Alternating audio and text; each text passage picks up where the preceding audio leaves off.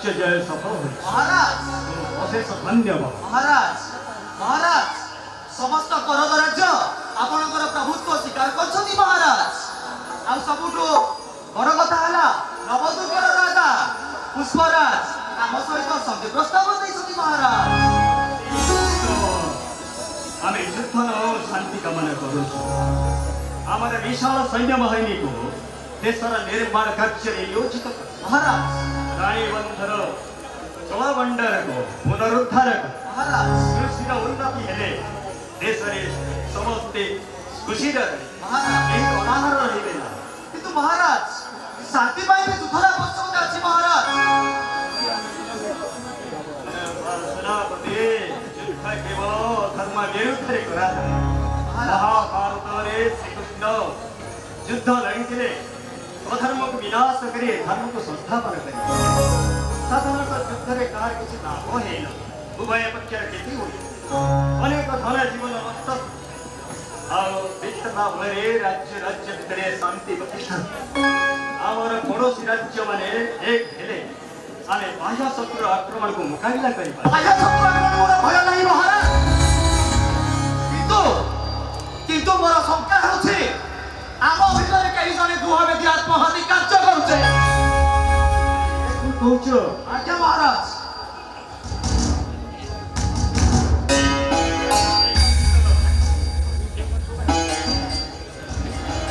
महाराज मु नीरव रहिছে जे पर्यंत যথাযথ প্রমাণ ন মিলছে সে পর্যন্ত মু নীরব রহিছে হেলে মহারাজ মোর সন্দেহ অমূলক নয় মহারাজ আপন সতর্ক রহিবে মহারাজ तुम्हें मत पाखे अच्छो मर से प्रकार आशंका महाराज तुमको अपने दायित्व दो आगे जो महाराज तमे जाओ नवदुर्गर राजा को पुष्पराज को महाराज मोर साधुवाद महाराज महिमा तांक सहित संधि पुस्तक रे आनित महाराज जाओ फ्लाइट आपण को प्रतिनिधि होई मु ए कार्य संपादन करबी महाराज आपण विश्राम नियंतु महाराज मु आसुची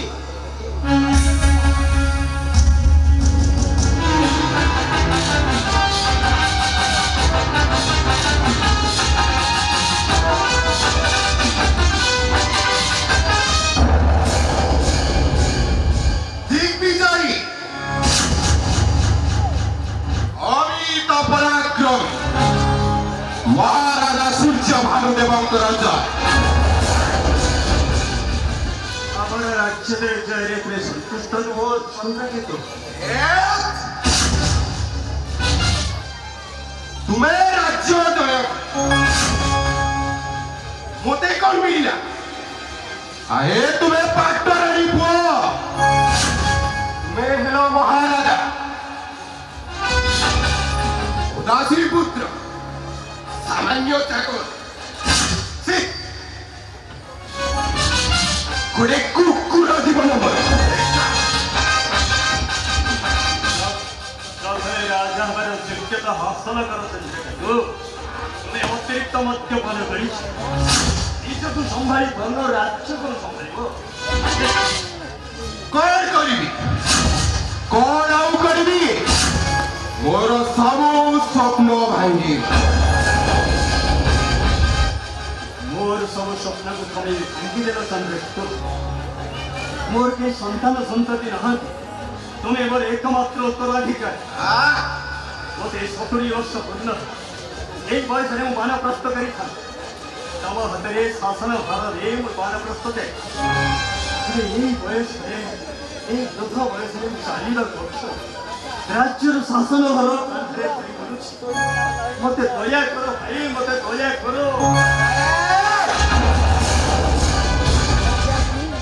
चरित्र को सुधारो राजा भाई तुमको राजबली शिखर करो उपदेश दियोनी जाओ विश्राम करो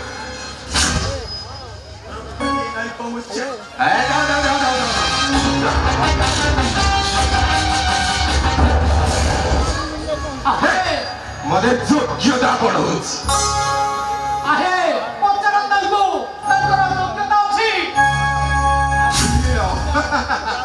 युद्ध को जे डरुछि संधि करूछि से पुनी राजा हबाक